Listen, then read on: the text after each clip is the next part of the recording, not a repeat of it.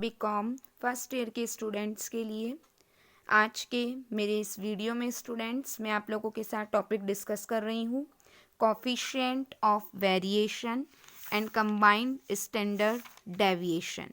Coefficient of variation जिसे कि प्रसरण गुणांक भी कहते हैं, CV जिसे कहते हैं COV कोफिशिएंट ऑफ वेरिएशन, और कंबाइंड स्टैंडर्ड डेविएशन सामूहिक प्रमाप विचलन।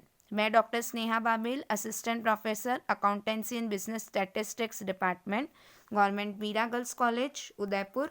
आइए स्टूडेंट्स, सबसे पहले आज के मेरे इस वीडियो में मैं आप लोगों के साथ जो डिस्कस कर रही हूँ वो पॉइंट जो है वो ये है कि Karl Pearson coefficient of correlation जो है वो क्या चीज़ होती है।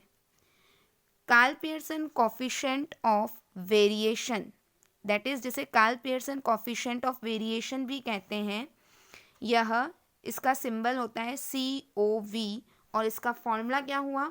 फॉर्मूला होता है standard deviation upon mean multiplied by 100। CV is equal to standard deviation upon mean into 100।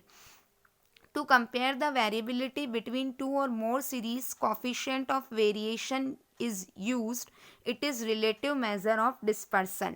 अब किरण का एक यह रिलेटिव मेजर है, किन्हीं भी दो सीरीज के मध्य में कंपेरेबिलिटी, वेरिएबिलिटी को कंपेयर करना, होमोजोनिटी सजातीयता को, विचरणशीलता उसकी स्टेबिलिटी, उसकी कंसिस्टेंसी कितनी है किसी भी किसी भी दो या दो से ज़्यादा डिस्ट्रीब्यूशन में, तो वो हम मेज़र करते हैं कोफिशिएंट ऑफ वेरिएशन के माध्यम से। प्रसरण गुणांक फॉर्मूला होता है standard deviation upon x bar into 100। देखिए क्वेश्चन दे रखा है प्राइस A सिटी की, प्राइस B सिटी की। The prices of a particular commodity for 5 year in 2 cities are as under. Which city had more stable price. ये most important topic है, exam में question पूछा जाता है।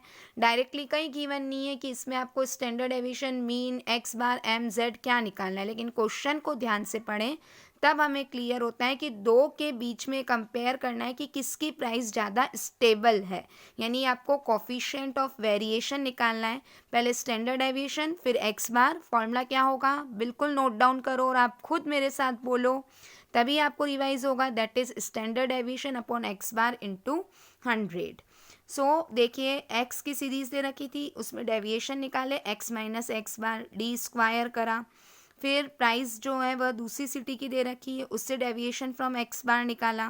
पहले वाली में x बार 20 आया, दूसरी में 15 आया और उसका हमने स्क्वायर ले लिया।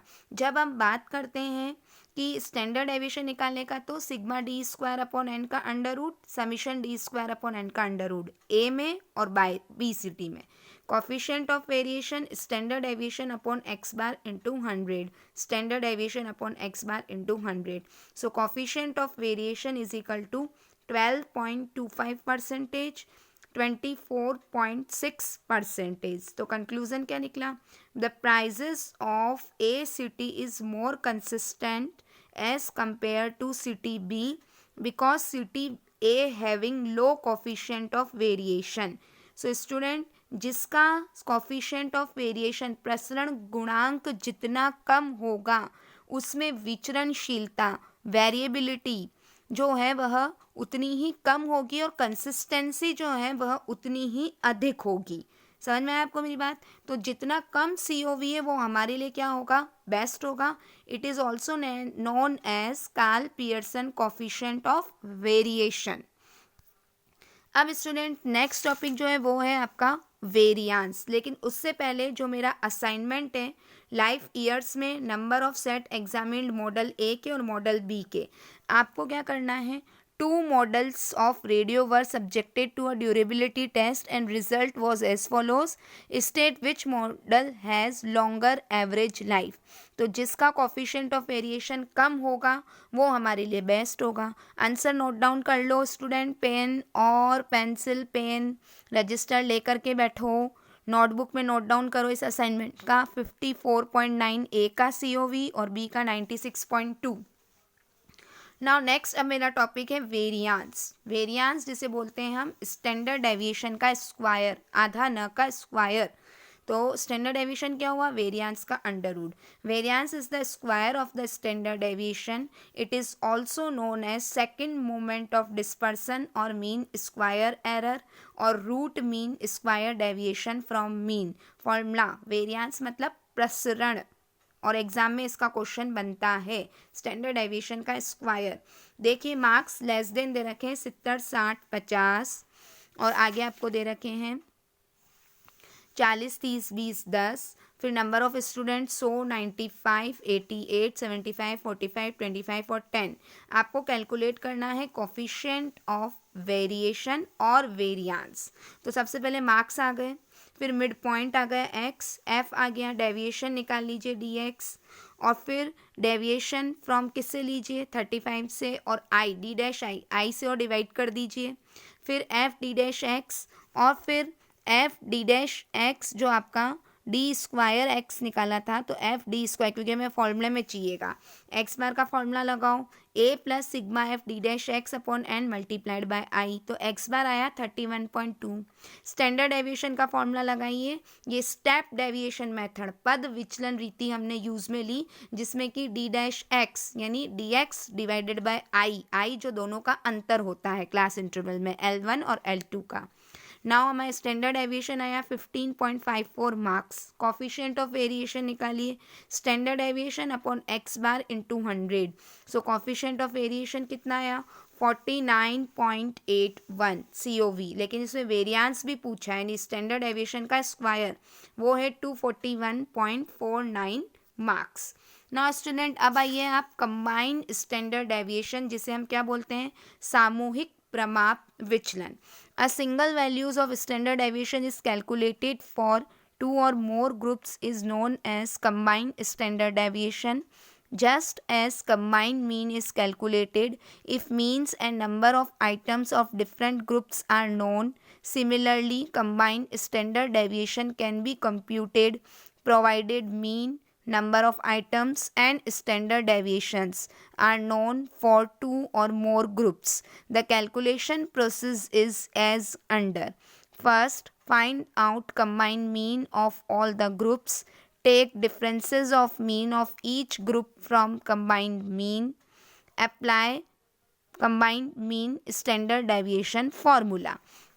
स्टूडेंट्स इसका फॉर्मूला क्या होता है, स्टैंडर्ड डेविएशन 1, 2, 3, यानी जब हमें कंबाइंड अर्थमेटिक मीन जो है वो मैं आपको पहले बता चुकी हूँ, सामूहिक समांतर माध्य एक्स बार 1, एक्स बार 2 और एक्स बार 3 दे रखा है, तो स्टैंडर्ड डेविएशन 1, स्टैंडर्ड डेविएशन 2 और स्टैंडर्ड डेविएशन 3 भी दे रखा होगा.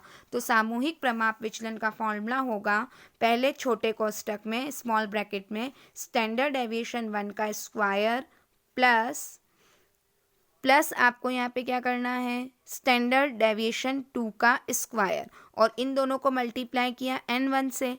दूसरा लिखिए स्टैंडर्ड डेविएशन 2 का स्क्वायर प्लस जो आपको अलग अलग इसमें दे रखे हैं, यानी कि इसमें हमें क्या करना है कि n1, n2 और n3. वापस आप इस चीज़ को देख लीजिए, जो मैंने आपको ये प्रैक्टिकल क्वेश्चन यहाँ पे दिया है कि अर्थमेटिक मीन दे रखा है एक्स बार 1, एक्स बार 2, एक्स बार 3, स्टैंडर्ड डेविएशन 1, स्टैंडर्ड डेविएशन 2 और स्टैंडर्ड डेविएशन 3, फिर n1, n2, n3. तो फॉर्मूला क्या हुआ वापस सुन लो, स्टैंडर्ड डेविएशन 1 का स्क्वायर प्लस d1 का स्क्वायर और n1 से मल्टीप्लाई, स्टैंडर्ड डेविएशन 2 का स्क्वायर प्लस d2 का स्क्वायर और n2 से मल्टीप्लाई, स्टैंडर्ड डेविएशन 3 का स्क्वायर प्लस d3 का स्क्वायर और n3 से मल्टीप्लाई. इस पूरे को डिवाइड करो n1 plus n2 plus n3, that is known as total n. Clear. अब यहाँ पे स्टूडेंट ये कह रहे हैं कि d1 क्या है मैम, तो नोट डाउन करो d1 क्या होगा. d1 का मतलब होगा जो x बार 1 है उसमें से माइनस कर दो x बार 1, 2, 3 को. x बार 1 जो अर्थमेटिक मीन आया उसको कंबाइंड अर्थमेटिक मीन यानी सामूहिक प्रमाप विचलन, कंबाइंड स्टैंडर्ड डेविएशन के लिए स्टूडेंट्स ये जरूरी है कि आप सबसे पहले क्या निकालें, कंबाइंड अर्थमेटिक मीन, सामूहिक समांतर माध्य. और कंबाइंड अर्थमेटिक मीन का formula x bar 1 n1 plus x bar 2 n2 plus x bar 3 n3 divided by n1 plus n2 plus n3. So x बार 1, 2, 3 कितना आया 21 यूनिट्स. क्लियर. D1 का formula x bar 1 minus x bar 1 2 3 30 minus 21 that is 9। अब तीनों D1 D2 D3 हमने निकाल लिए, उसकी फॉर्मूले में वैल्यू पुट करो, you will get standard deviation 1 2 3, इसका अंडर रूट निकालते हैं ना तो 9.33। सो स्टूडेंट, जो मैंने आप लोगों को असाइनमेंट दिया वो कंप्लीट करिए। बार बार मैं आप लोगों को कह रही हूँ, अपनी नोटबुक में आप रिमेनिंग क्वेश्चन मेरे टॉपिक से रिलेटेड जो मैं इस वीडियो में करा रही हूँ, रिमेनिंग आप लोगों को करने हैं। जो भी क्वेरीज हैं आप वो मुझसे डिस्कस करिए मेरे व्हाट्सएप नंबर पे। Stay safe, stay healthy and do your work neatly and carefully and be fast. Thank you.